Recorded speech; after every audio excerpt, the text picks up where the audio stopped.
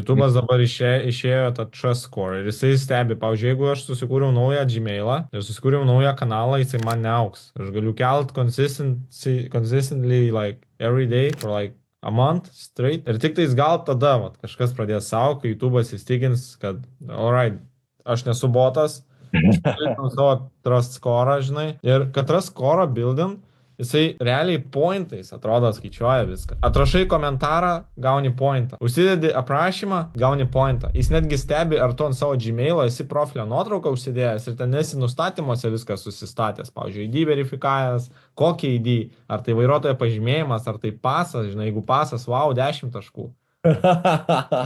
Ir tik tais nuo to Trust Score priklauso, ar tavo kanalas savas. Kitas bičas prisijungia pas mane, sako, va, čia kažkada bandžiau, čia nepasisekė 10-20 kanalų per 15 Gmail. Sakau, pasiim tą, kurį seniausiai turi, sukur kanalą. Sukūrė kanalą, sprogo ten. 3 dienos, ten eina viral 19 000 peržiūrų į valandą. Monetizuotas per savaitę. Dabar, ką tu man pasakei, čia yra prime authority piece of content. Dažnai būna, kad žmonės galvoja, apie ką man content daryt, apie tokius experiences ir pastebėjimus. Prime content, nieko daugiau nėra ką sakyti. Sveiki, paskutiniu metu buvau visiškai užsiėmęs, neturėjau kada kurti vaizdo įrašų, tobulinau savo kursą. Ir tobulindamas kursą pastebėjau, jog YouTube išėjo naujas visiškai atnaujinimas, apie kurį niekas per daugiausiai ir nekalba. Galima pamatyti keletą įrašų Twitteryje, kaip ten kiti, žodžiu, influenceriai. Taip jie rašo įrašus apie tai, jog jie pastebėjo kažkokius tai pokyčius. Ir pagrindinė tų pokyčių priežastis buvo tai, jog YouTube'as išleido naują atnaujinimą savo algoritmui, kuris įtakoja pagrindinę visus naujus kanalus. Nežinau, ar supratot iš pavyzdinio vaizdo įrašo, kurį prisegiau pačioje pradžioje, kuriame, sakykime, kalbėjau su savo kolega apie tai, jog YouTube'as, žodžiu, išleido sistemą pavadinimu Trust Score. Būtent taip mes ją ir vadinam, Trust Score arba Trust Points, Trust Algorithm, kažkaip taip, žodžiu, kaip patogiau taip galite vadinti. Ir esmė, jog YouTube'as dabar tikrina, kiek gali jumis pasitikėti. Tai įsivaizduokim, kad esate naujas YouTuberis, naujas kanalas, naujas kūrėjas, kuris susikūrė visiškai naują kanalą. Jums yra keletas scenarijų, kaip jūs galite augti. Pirmas iš scenarijų, sakykime, jūs esate visiškai naujas kūrėjas, bet to pačiu esate ir naujas Gmail naudotojas. Tai susikūrėte atskirą paštą savo kanalui, manėte, jog norite turėti visiškai naują atskirą bazę tam ir, sakykime, nusprendėt būtent ant jo kurti vaizdo įrašus. Sistema veiks įprastai, tikėtina, kad jūs kelsite vaizdo įrašus, atliksite visus verifikavimo būdus, ten patvirtinsite savo telefono numerį, patvirtinsite savo ID arba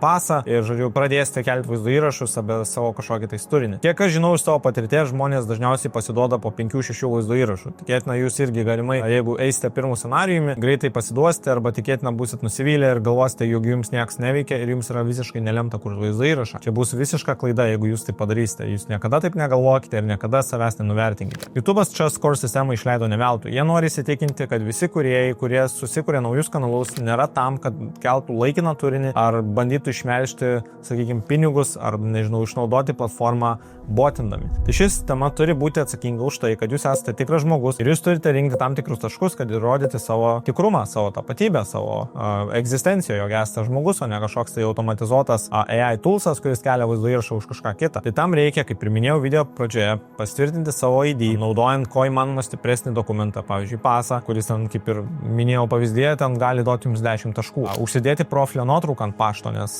dauguma to net nedaro. YouTube'ui tai atrodo kaip kažkoks fake Gmailas, kas irgi duoda įtakos. Paprasčiausias dalykas, visiškai atrodo nesusiję tie dalykai, bet YouTube'as priklauso Google'ui priklauso Gmailas ir jie mato visą tavo istoriją. Ar jūs kažkada aplamai searchinat kažką Google sistemoje, galbūt jūs esate visiškai Google naujas naudotojas, net neturite jokios istorijos, niekada nieko neieškojate, tiesiog susikūrėte kanalą, pradėjote kelti turinį. Tas turinys gali būti tobulas ir jūs tikėsitės tikėtina gerų rezultatų, bet jūs jų nematysite, kol jūs nepraeisite visos šitos verifikavimo, sakykime, sistemos. Tai ką reikia daryti, kad tas kanalas augtų? Pirmiausia, ką aš patariu visiems naujiems kūrėjams, tiek prisijungusiems prie mano kurso, tiek aplamai savo kolegoms, draugams ir pažįstamiems, jog nenustokite kurti turinio. Jūs turite kelti turinį 30 dienų iš eilės, kad galėtumėte pasidaryti kažkokią tais išvadą. Tikėtina matysite kažkokius svyravimus content ir audience languose, galbūt kils impressionai, galbūt kris. Esmė, jog jie anksčiau ar vėliau pakils ir pradės augti. Tiesiog yra toks laikotarpis, kur jūs turite kelti vaizdo įrašus tam, kad įrodyti savo tikrumą ir savo tapatybę. Taip pat, kas labai gerai padeda, tai yra rašymas į komentarus. Taip pat YouTube'as turi tokią unikalią funkciją rašyti postus ir visokius kitokius įrašus. Tai vadinama community tab. Jūs tos įrašus galite parašyti nuėjant savo kanalą, paspaudint posts arba įrašai ir tenais galite parašyti kažkokį tais įrašą. Galbūt galite padėkoti už kažkokį tai, sakykime, mažą milestone. Ten, sakykime, ačiū už 100 peržiūrų, ačiū už 10 peržiūrų, ačiū už 5 subscriberius.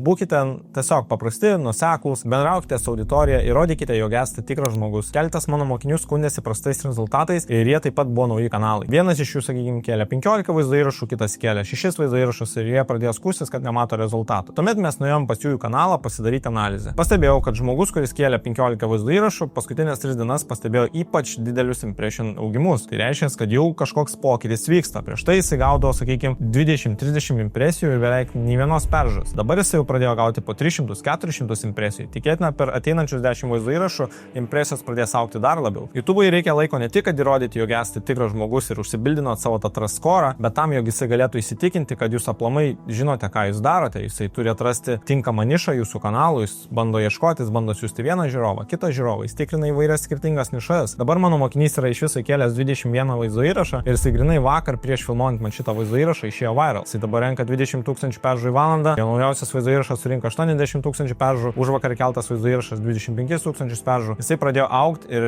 žiauriai dideliais mastais. Bet jis praėjo visą tą sunkiausią laikotarpį, jisai iškėlė visas 20 dienų, jisai rodė, jog jisai yra patikimas, jisai užsidėjo profilio nuotrauką ant Gmail'o, ne tik ant YouTube avatarą, jisai atrašinėjo į komentarus, jisai palaiko aktyvumą, jisai diskutuoja, tie žmonės vis grįžta pas jį. Jūs turite būti aktyvūs. Tai yra vienas iš svarbiausių rodmenų, kas yra dabar šiuo metu labai svarbu. Nes anksčiau būdavo labai paprasta, sakykime, paėmus sausio mėnesį, vasario gal dar mėnesį, gruodį, mums užtekdavo įkelti keletą vaizdo įrašų, ten 3-4 ir mes matydavom nesveikus rodiklius, viral vaizdo įrašai eidavo 100 000 peržų per naktį. Atrodo taip, jo galim išsprogdinti absoliučiai bet ką, bet kokią nišą, bet kokį vaizdo įrašą ir jie tiesiog sprogsta, eina viral ir mums ką reikia padaryti, tai tiesiog įkelt, padaryti gerą titlą, gerą prašymą, gerą thumbnailą, kas nėra sudėtinga. Dabar jau laikai pasikeitė, šiek tiek yra sudėtingiau. Taip pat YouTube stebi, kiek kanalų turi ten savo, sakykime, vieno L pašto. Kiek aš žinau, rekomenduotina yra turėti maksimum 10 kanalų ant vieno L pašto. Jeigu turite kanalų, kuriuos nenaudojate, ar galbūt jie yra nereikalingi, galbūt yra visiškai maži, ten neturi net 100 prenumeratorių,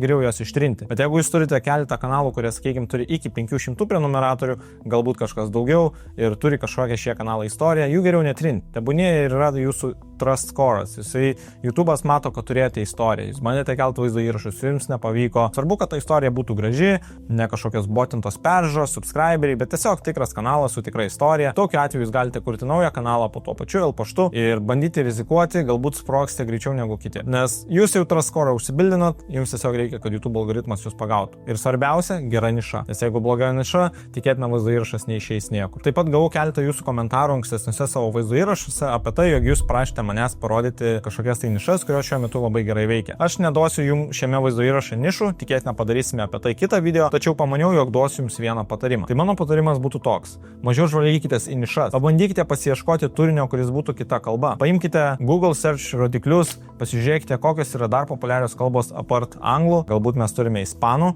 galbūt mes turime rusų, galbūt mes turime kokią kitą kalbą, kuri yra populiari, ta pati arabų, ir galime pasižiūrėti, kokį turinį tie žmonės žiūri. Nes yra tų auditorijų žmonės, kurie neina žiūrėti angliško turinio, bet jie žiūri visiškai tą patį turinį, kurį mes keliame anglų kalba. Plačiau pasikalbėsime kitame vaizdo įraše, manau, tikrai surasiu jums ką įdomaus parodyti. Nenoriu padaryti teplę paprasto vaizdo įrašo ir jums įmesti, aš tiesiog noriu pasistengti padaryti jums gerą vaizdo įrašą su geromis nišomis, kurias galbūt tikrai galėsite panaudoti, jeigu jūs užsiimate YouTube automation. O jeigu dar to neužsiimate, jums reikia pagalbos, parašykite man į Instagramą, YouTube ir aš pasakysiu jums, kaip pradėti.